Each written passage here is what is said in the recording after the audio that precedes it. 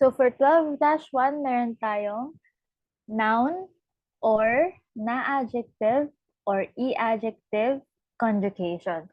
So kung maalala nyo, meron tayong verb conjugation, diba? Tapos, sinasabi mo yung present, past, future na positive or negative. And then for the Japanese language, meron din tayong counterpart for that na may conjugation din tayo for nouns and adjectives natin. Actually, nung I think lesson 10 or lesson 9, tinuro ko na kung paano in-negate yung na-adjective and e-adjective. Pero today, i-introduce natin yung other forms of conjugation, which is yung present negative, past negative, and future negative positive. Okay. For example, meron tayo dito sa column na to, yung present or future equivalent or conjugation and then past. And then itong nasa taas na tatlo, yung affirmative, which means positive, no? And then yung negative na conjugation ng both present and past. Alright? Mag-umpisa tayo sa affirmative.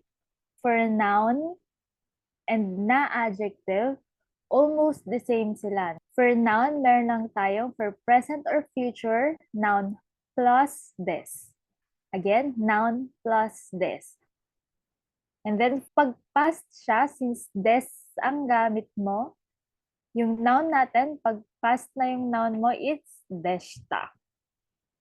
Noun plus deshta. Pag na-adjective naman, na-adjective plus this, pag present or future, pero aalisin mo yung nasa dulo. Pag past naman, yung na-adjective mo na affirmative, same pa rin, na-adjective na walang nasa dulo plus past form ng des, which is deshta. So, na-adjective, deshta. For e-adjective, pag affirmative na present or future, meron lang tayong e-adjective plus des. Again, e-adjective plus des. Kung mapapansin nyo, for affirmative na present and future, lahat lang sila dadagdagan ng des. But yung e-adjective natin, pag ang pinag-uusapan natin ay past tense ng e-adjective, meron tayong e-adjective na alisin mo yung e sa dulo, plus papalitan mo yung e na inalis mo ng kata. And then des.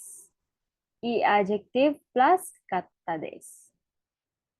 Okay, mag-exercise tayo nun mamaya. Pero in the meantime, for negative, meron naman tayo for noun, normal lang. Yung noun natin, pag hindi yon yung present or future niya, noun plus ja arimasen.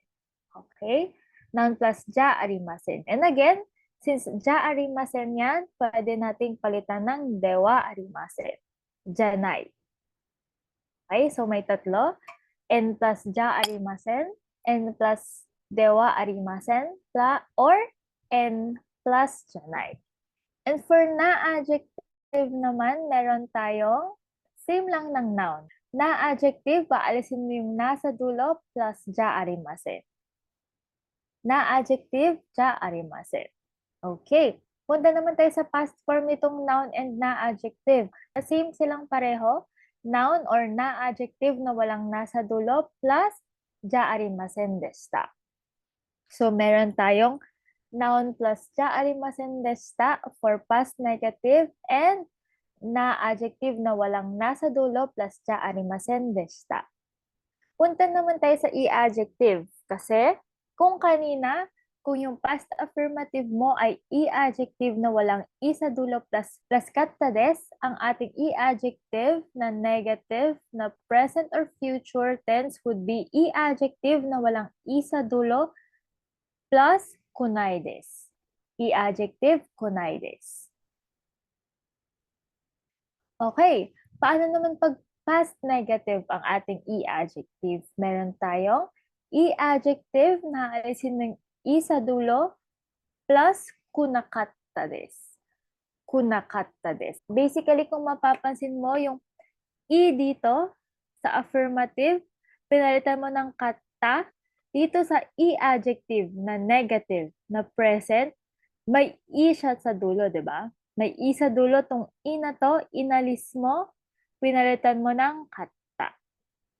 So again, for nouns and na-adjectives, meron tayong for present and future negative, noun or na-adjective ja arimasen. For past negative na noun and na-adjective, noun or na-adjective plus ja arimasen deshita. Pag i-adjective na present or future negative, meron tayong i-adjective kunai desu.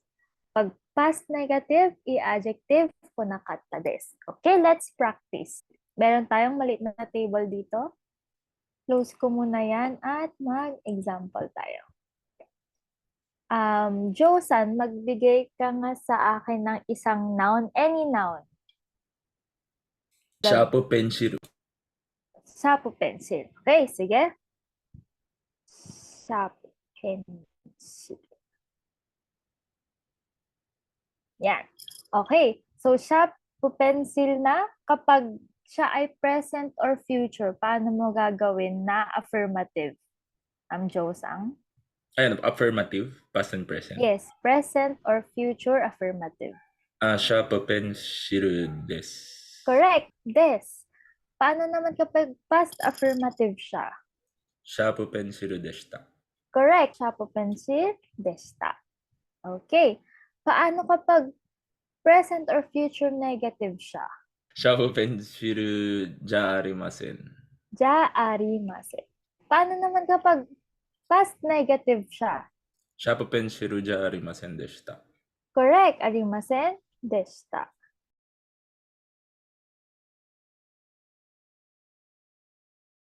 Okay? So, ganun nga, no? Pag present or future affirmative, shapo pencil desu. Pag past affirmative, shapo pencil deshita. Pag present or future negative, shapo pencil ja arimasen. Pag past negative, shapo pencil ja arimasen deshita. Okay. Punta naman tayo sa na-adjective. May ansang, pahingi ako ng isang na-adjective natin. You may na. You may na. Okay.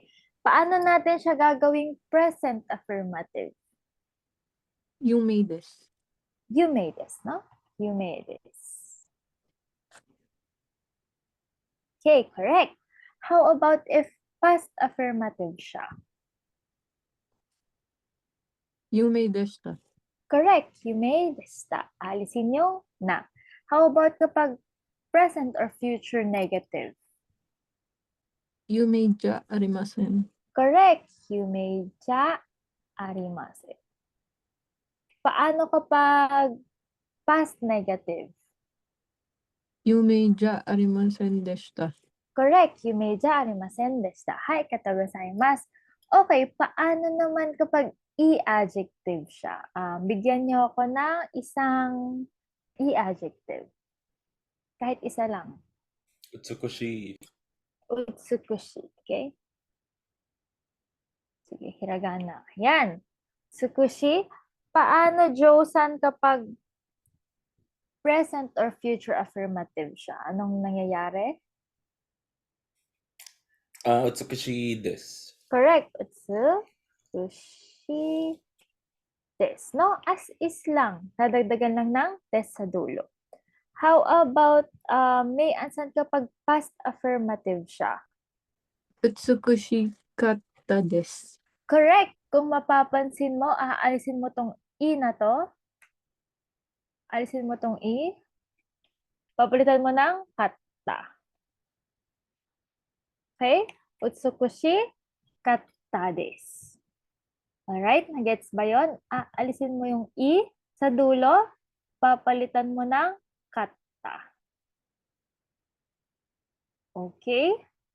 What if naman Josang present or future negative siya? Utsukushi kunai desu. Utsukushi kunai desu. Correct. Again, aalisin mo yung i. Papalitan mo ng kunai. Okay? Again, aalisin mo yung i. Papalitan mo ng kunai. Utsukushi kunai desu. Alright. How about may ansan kapag past negative siya? 美しくなかったです。 Correct. Utsukushi kuna katta desu. Alisin mo na naman tong ay sa dulo. Utsukushi kuna katta desu. Again, ang i-adjectives natin pag present or future affirmative as is, i-adjective plus des. Pag past affirmative siya, aalisin mo yung i sa dulo, papalitan mo ng katta plus des. Okay? Kapag present or future negative, aalisin mo ang i sa dulo, i-adjective na walang i sa dulo plus kunai des. Pag past negative, yung i-adjective, alisin mo yung i sa dulo, papalitan mo ng kunakatta des. O isa pa, bigyan niyo ako ng isa pang i-adjective for practice. 新しいpo. Correct, atarashi. Atarashi. Okay? Paano natin sasabihin na bago siya? It's new right now or in the future. 新しいです。 Correct, atarashi. Joe-san, what if it's not new? It's not new. 新しくないです。 Correct, atarashi kunai desu. Alisin mo yung i sa dulo. How about may ansang kapag it was not new? 新しくなかったです。 Correct, it was not new would be atarashi kuna katta desu. How about it was new? Joe-san. 新しかったです。 Atarashi katta desu. Okay? Gets na ba ang noun na adjective, adjective conjugation? Minasan, wakarimashita ka? はい、はい、わかりました。わかりました。